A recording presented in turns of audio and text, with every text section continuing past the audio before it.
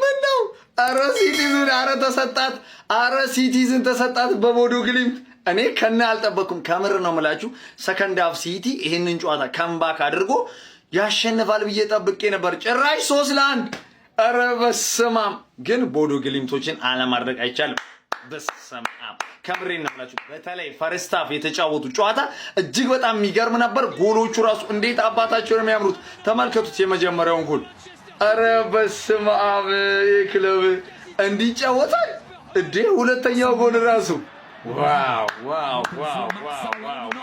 የሶስተኛውማ እጅግ በጣም ያበደ ነበር በስማም የሚገርም ጎል ነበር እንግዲህ ማንቸስተር ዩናይትድ ነው ያስደነገጣችሁ ወይስ ምንድነው አረ በስማም ባይዜ ማለት ነው ሴንተር ባኮቹ ምናምን ካልተመለሱ እነ ሩበን ዲያዝ ያው አሁን ማርክ ጌሄ መጥቷል እነሱ ካልተመለሱ እንግዲህ ካልገቡ እጅግ በጣም ማንቸስተር ሲቲ ስጋት ውስጥ ያለ ነው ይመስለኝ አልጠበኩም እኔ ከምሬ ነው የምላችሁ አይዞኝ ያጋጠማል ግን ለቦዶ ግሊምት ከምሬ ነው የምላችሁ ዋው የሚገርም እግር ኳስን ነበር ያስመለከቱ ዋው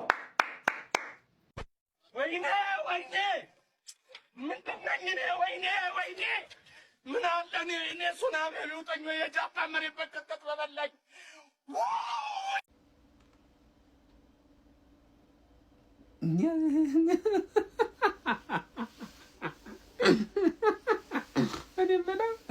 ዶክተር አዘላችሁ ነው በሳምንት ሁለት የምትለጠፉት ወይኔ አዋረድከን ሲቲ እንግሊዝን ወክለህ ልከነ ስሙን ከማናቀው ማን ይሁን ከማናቀው ቡድን ጋር ተጫውተ 3 ይጨስባል ሲቲ አንተና አሁን ከኔ ጋር ለዋንጫ የምትፎካከረው ከኋላ መጥቼ ጀርባ ላይ ተነፈሳለሁ መጥሉት እናንተ ናችሁ ከኛ ጋር እንዲህ የተለጠፍክ አንተ ወይኔ መቼ ነው በሜዳ መተን የምንጫወተው መቼ ነው እኔ እንደው ፊላላ ባልገርፈ ጠብቅ ወይኔ ይሄ ሁሉ ግን የተርፌ ስራ ነው የምሬ ነው የምላችሁ ኩኛ ብርኖ ኩኛ የበቃ ጆሮአችሁ ላይ አቃጨሉባችሁ አጀዘቧችሁ እኮ የተርፌ ስራ ወይ እኔ እኮ ማለት ነው ተርፌ ከባድ ቲም መስለኝ ነበር ለካ አይደለችም ሆነ አይደለም ሲቲ ደድበው ነው ያው ይሄኛው ሲለጥፈው ነው የገባኝ እኔ ተርፌ ምንም አቋሟ ተሻሽሎ እንዳይመስላችሁ እንዳትሸወዱ ያው ነች ቀጣይ ጨዋታን አይተን ነው መመስከር ያለብን እንጂ አይሆንም ጀሞ ለማንኛውም ሲቲ ተለጥፏል እንግዲህ ምንም ማድረግ አይቻልም ግን ስንተኛ ናችሁ ሻምፒዮንስ ሊግ ላይ እንዴት ነው ነገሩ ሲቲዝንስ ማንቸስተር ሲቲ ኖርዌይ ሄዶ ቦዶ ግሊምት በሚባል ቡድን ሚኮ ስፐርስ ብቻ ነው ቦዶ ግሊምት የሚያውቀው ዩሮፓ ሊግ ፋይናል ፖስት ኮግሉ ጥሏቸው በሜዳቸው ስላለፈ እዛው ሜዳ ሄደው ተበልጠው ምንም እድል ምናምን እንዳትለይ ተበልጠው በቢግ ቻንስ በሁሉም ነገር ከፖዚሽን ውጪ ፖዚሽን ይወዳሉ ከፖዚሽን ውጪ በሁሉም መስፈር ተበልጠው ስንት ጎል ነው ዲሳላው ራሱ የተደረገው 3-1 ቅርቅር ተደረገ 3-1 ሮድሪ ባለንዶሩን ይዞ በዛው ነው የጠፋው አለ የሮድሪ እንትኑ ቀፎ አለ ይጮታል አሪፍ ፓሶች ምናምን ያደርጋል ምናምን ግን ምንም ለውጥ አያመጣልሽም አሁን አንቺ ከፌብሩዋሪ በኋላ 18 ጌም ምናምን ነገር ሳትሸነፊ 7 ነጥቡን ገልብጠሽ ዋንጫ ትበያለሽ 72 ነጥብ ምናምን አደርሽም ዚህ ሲዝን ምን አለበኝ 72 74 ነጥብ ከደረሽ እኔ ያደንቅሻል ስለኛ ታይዋንሽ ሚዜ መሆን ብቁ ነሽ ወይስ አይደለሽም ነው ገባሻል ምን እንደገደለሽ ንገርሽ የትርፌ ቋጠሮ ለራሷ ማልሆነ ነው አንቺንም ጣለችሽ ገባሻል እኛ ዋንጫውን እንበላለን ይያሉ ለራሳቸው ቢቋጥሩ ይሻልሻል እኮ ማን ገደሉሽ ፕሪሚየር ሊግ ታይትል ሬስማ በቃ አሁን አበቃልን ቢያንስ ቻምፒየንስ ሊግ ነው ኧረ እባክሽ ወይ ሰው እንዳለ ዲፌንስሽን ነበር የሚሰጋልሽ አታክሽ ወፍ ሆኗል ፕሪሚየር ሊግ ላይ 4 ስትሸነፊ 2 ጎል ብቻ ነው ያገባሽው በ4 ጨዋታ 2 ጎል ፔፕ በራበት ገና ሌላ 16 ተጫዋች ያስፈልገዋል 16 ወርልድ ክላስ ተጫዋች በቃ ከየቡድኑ ቤስት የሚባል ተጫዋችን ካላመጣ ምንም ነው ማይፈጥረው ነው ምልሽ አሁን ዘንድሮ ኮንትራቱን ማምለጥ አይቻልም ይገዛል እንገዛዋለን የኛ ተራ ነው ይላል የኛ ተራ ነው የፔፕ ጋርዲዮላው ማንቸስተር ሲቲ ወዴት እያመራ ነው የሚገኘው ጋይስ ዛሬ በሰባተኛው ዙር የአውሮፓ ቻምፒየንስ ሊግ ጨዋታ ከሜዳ ውጪ የኖርዌይን ክለብ ቦዶ ግሊምትን የገጠመው ማንቸስተር ሲቲ የ3-1 ሽንፈት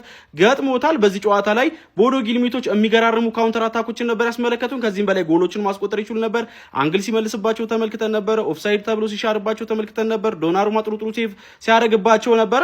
ሆይ 22ኛውና 24ኛው ደቂቃ ላይ ቆንጆ ጎሎችን ካስቆጠረላቸው በኋላ ሀውጅም 58ኛው ደቂቃ ላይ ሌላ ቆንጆ ጎል አክሎ 3-0 ሲመሩ ነበር። ከዛ በኋላም እንግዲህ በማንቸስተር ሲቲ በኩል ቼርኪ 60ኛው ደቂቃ ላይ ሌላ ቆንጆ ጎል አስቆጥሮ ጨዋታው 3-1 ሆኖ ሲቲ ወደ ጨዋታ የመመለስ ተስፋ ነበረው። ነገር ግን የማንቸስተር ሲቲው አማካኝ የሆነው ሮድሪ እንግዲህ በሰከንዶች ልዩነት 2 ቢጫ ካርዶችን ተመልክቶ በቀይ ካርድ ከሜዳ ተሰናብቶ እንግዲህ የሲቲን ተስፋ አጨልሞ ነበረ ማለት ነው። በዚህ ጨዋታ ላይም ጥሩ ፐርፎርማንስ ነበረው ብሎ ለመናገር በጣም አስቸጋሪ ነው። ሮድሪ ከጉዳት ከተመለሰ በኋላ ራሱን ለማግኘት እየተቸገረ እንደሚገኙ እየተመለከትን ነው የምንገኘው። ማንቸስተር ሲቲ ግን ተከላካዮቹን በፍጥነት የማያገኝ ከሆነ በጣም ቶሎ በተቃራኒ ቡድን ተጫዋቾች ኤክስፕሎይት የሚደረግ ለስተት የሚጋለጥ ሰፊ ስፔሶችን ለተቃራኒ ቡድን ተጫዋቾች የሚተው አይነት ቡድን ሆኖ እየተመለከት ነው እንገኛለን። ኤርሊንግ ብሮት ሃላንድም እንግዲህ በጎል ድርቁ ቀጥሎበታል። ለ8 ጨዋታዎች እንግዲህ 1 ጎል ብቻ ነው ማስቆጠር የቻለው የዛሬውን ጨምሮ ማለት ነው። ለማንኛውም ማንቸስተር ሲቲ 13 ነጥቦችን ይዞ ይገኛል በአውሮፓ ቻምፒየንስ ሊጉ። የፔፕ ጋርዲዮላና የማንቸስተር ሲቲ ጉዞ በተወሰነ መልኩ ከአምናው ጋር የሚመሳሰል ይመስላል። የሚቆጠሩባቸው ጎሎች፣ የሚሳሳታቸው ስህተቶች፣ የሚያጋጥሟቸው ሽንፈቶች ማለት ነው። ለማንኛውም እናንተ ስለዚህ ጨዋታ ምን ትላላችሁ? ሀሳባችሁን ኮሜንት ሴክሽን ላይ አካፍሉኝ። የፕላስ ምልክቱ በመጫን ፈጣን አዳዲስ ሆኖ ብሩካሴ መረጃዎችን ማግኘት ትችላላችሁ። ትቀልዳለህ እንዴ?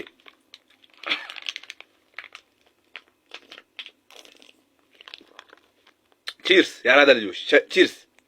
እንዴት ነው የምንችለው? በጣም ነው የምንችለው እኮ እኛ እኮ የምር እንዲህ። አረ ጋርዲዮላ ታክቲኩ ራሱ እንዴት ነው የሚችለው እንዴ? የዛሬ ተጫዋቾች ሁላ ከምር አረ እንችላለን። የምር ነው እናችሁ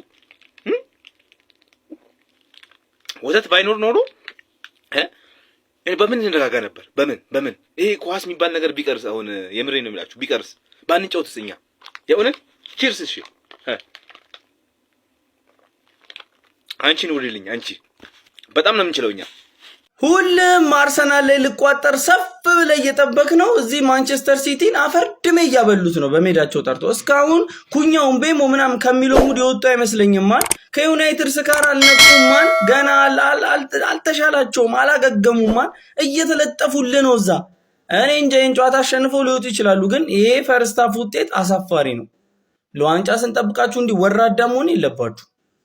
ሳምንት እኮ አሁን አርሰናል ልንቀጠቅጥላችሁ ነው። ጠንከር በሉ እንጂ ማንቸስተር ይቅደም ብለናል። አሁን ሲቲ ነው ከአርሰናል ዋንጫ የሚያስጥልልን ጋይስ። ፈርስት ሃፍ በቦዶ ግሊምት 2-0 እየተመራ ረፍት ወጥቷል እና አሁን ይሄ ቡድን ነው ዋንጫ ከአርሰናል የሚያስጥልልን። እኔ ተስፋ ብንቆርጥ ነው የሚያዋጣን ጋይስ።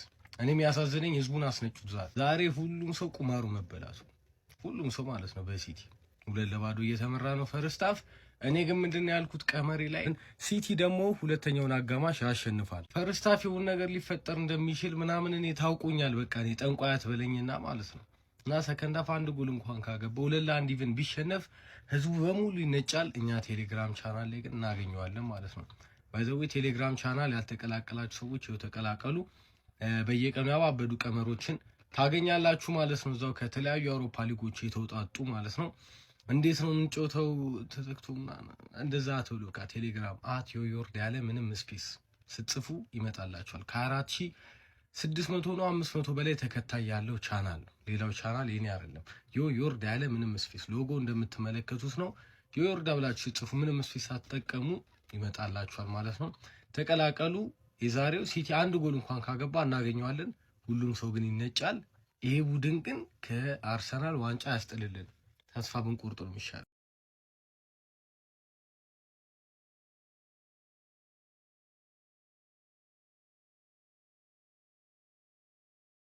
ምንድነው ቆይ የምትፈሩት? ቆይ ምንድነው የሚያስፈራችሁ? ከብቷችሁ ነው? ይሄ ቡድን ከብተን ይሄ የተጫወትንበት መንገድ ደጋፊን ያስደስታል? ውስጣችሁ ላይ ፍራቻ የሚባለውን ነገር ተውት፣ አውጡ፣ ጣሉት። አያሳድጋል።